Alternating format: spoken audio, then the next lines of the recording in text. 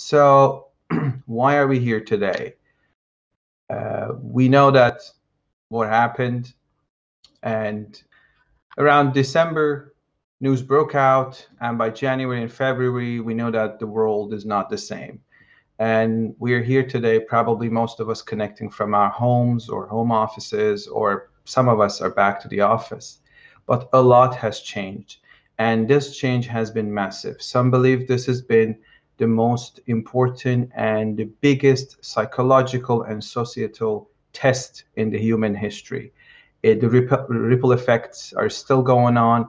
We still haven't figured out a lot of things in our personal lives, in our professional lives, but the change was inevitable and is inevitable.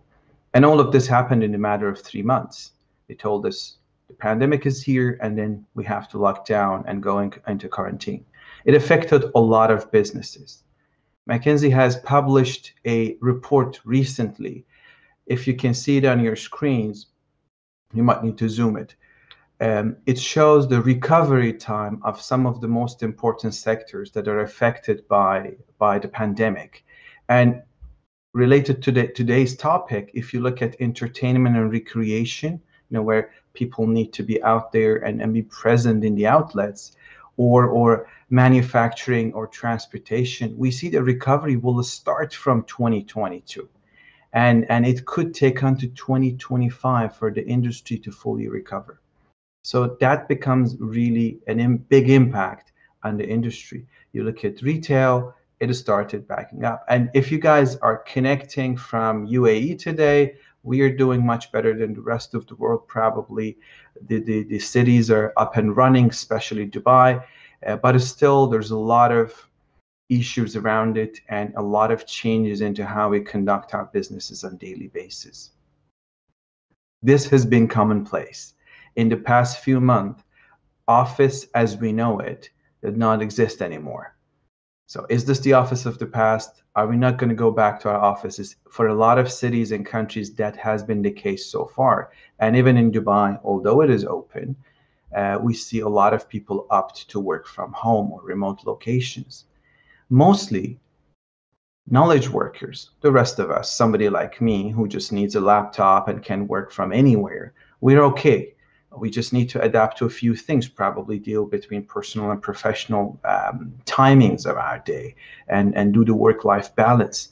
But a lot of people cannot really have that luxury that we have, people who sit in the office. The rest of us who are in manufacturing, who are in logistics, entertainment, hospitality, public service, airport security, all of us, we cannot really sit at home and work. It does not work that way. Even during the lockdown, this most strict lockdown, some of the workers had to keep the city up and running. Now, the problem is that this puts a lot of difficulties on the people and also on the employers, be it the public sector or the private sector, when we were not ready for this. But I think with the right mindset and the right tools, we can overcome this, because if there is a will, there is a way. And as I say, the right mindset and the right tools. Tools alone will not help. It's a collective effort. And one of the things that will contribute to the success of being able to go back to work for all of us at some point in any shape or form is right mindset and the right tools. Going back to the mindset, we got to start looking at the most important asset we have, and that's our people. Our people, their physical safety was always a priority, I hope, but it has to be at utmost priority, topmost priority. And by physical safety, what I mean is that, of course, there's compliance, masks, social distancing, all of that has to come in place, which is, regulated by the government. The mental safety, people who has been working from home in the past months, they were not used to it, and they were under a lot of mental pressure. Now they're coming back to work, and what are they bringing with themselves? How does this affect the rest of the team? And then you have people who gone through this difficult time working the way they used to, but they were under a lot of extra pressure. First of all, They fear for their safety and then in their families, and also they end up working more because there is less people involved in the workforce. Inclusiveness is another thing. A lot of companies, they have policies to be inclusive with people of all physical abilities and mental abilities. This is even more important now. So again, this is about our people and how this pandemic has affected them before bringing them back to work. What is needed, not what is needed to be done. Freedom of choice. If you can, if the job allows, let the employees choose if they want to work from home or they want to come to the office or kind of a hybrid plan. We need to include this in our system. Also, the right equipment. Right equipment starts with safety equipment down to computers and software and whatnot, just to make sure that the productivity and the safety and the experience of the employee is at maximum. Then the new ways of management. It's very interesting in the past few months, you look around and you see that the requirement for monitoring software has skyrocketed. So it shows that managers, instead of changing the way they manage and do not focus on attendance and time spent on work and where is my employee now, is he doing his work or not, instead of moving away from that and focusing on, let's focus on project based, outcome based working, if possible, if the job allows. So that is the right mindset that we need to think of, instead of finding another way to monitor our employees. If there's a security problem, that's another issue, but for most of us, we really don't need that. We need tools that help our employees improve their employee experience, not to make them feel more threatened. Focusing on process. So once you look at the people, you have to come to the process and see if our process is helping us going back to work. It's a very good time to revisit our processes. A lot of steps might not be needed anymore. Are we COVID ready yet? This means that, are we compliant with the new rules and regulations? Are we just doing it just because we don't want to get a fine? Or is this going to be a part of our, ingrained in our processes, a part of our DNA? This reality is here to stay. This is not a drill. It's going to be here for years, and we don't know what shape or form it will take. So we have to be COVID ready, pandemic ready, and this is the perfect time. So get real about compliance. Compliance is another thing. Regulations on the one side, and also another side is the internal compliance. We review things that are cumbersome, that may not be productive, and improve upon them, and create unbreakable chains within process that allows us to manage and lead our employees within these difficult situations. Minimize touch points, and by touch points I mean physical touch points. If something doesn't need to be printed, let's not print it. This is not a digitization conversation. This is about not touching things and not getting infected, minimizing things. So these are examples in which we have to go back to our meeting rooms and talk to the team and see how we can become more and more compatible with the new reality. And go lean with the budgeting, with planning, with everything, going lean, because cash is tight and employees also understand that. We don't want to lose our best people. We don't want to lose our businesses. So let's go lean and be conservative, not protectionist. Be conservative with our spendings.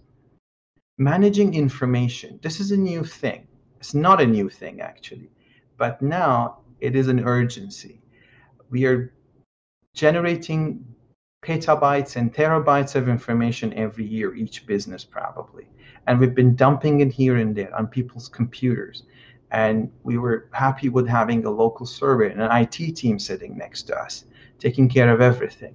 This is changing. We have a disparate and distributed workforce nowadays. And we have a workforce that is coming back, but is dealing with other priorities. And information might get distributed in the wrong ways or get scattered all over, and then it's going to cause other problems.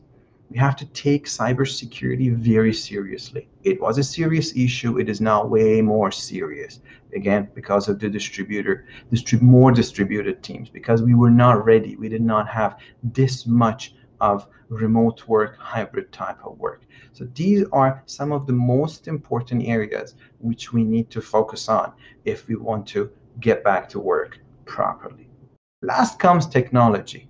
There is a lot of technology to ease our lives, and we've been using it for such a long time. Some of them, like video conferencing, has become sweethearts in the past few months because we've replaced basically all human communication with a window and a webcam.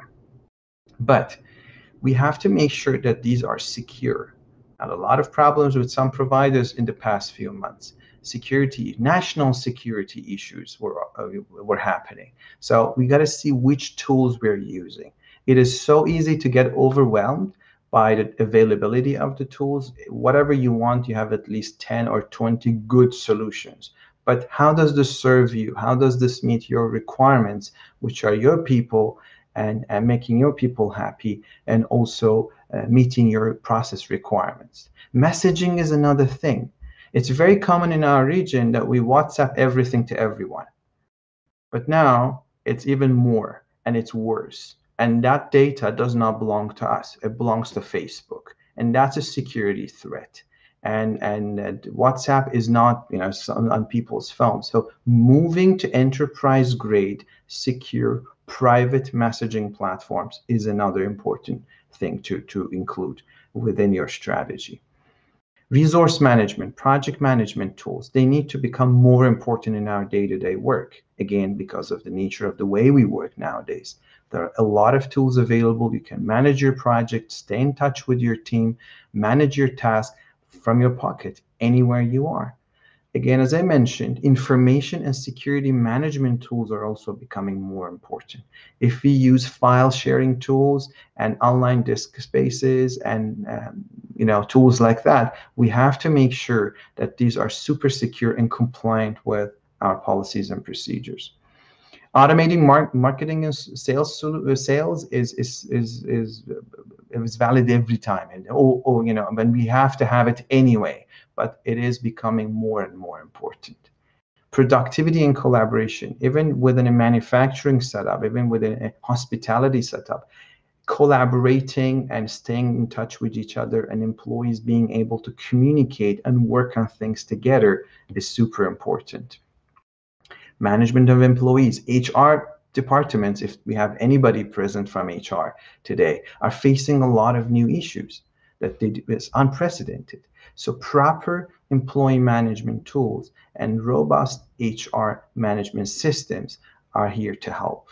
And of course, compliance and health management, which is kind of less common because we did not need this, but now it is super, super important to have a software plus the processes that help us stay compliant with policies and also make sure that the mental and physical health of our employees are guaranteed. So these are the tools that you can use, and we're going to talk about one of them today. But before ending, I want to again stress on people, and people who are the resources you have, and they matter the most. We have to make sure we have the tools available at their disposal. We have to handhold them, we have to support them, we have to empathize with the fact that they are making our business survive and thrive in this time. So we have to make them feel safe. Don't have the fear of their own physical safety or mental safety or other issues. And of course, software here is here to help. That's about it. Thank you so much for listening.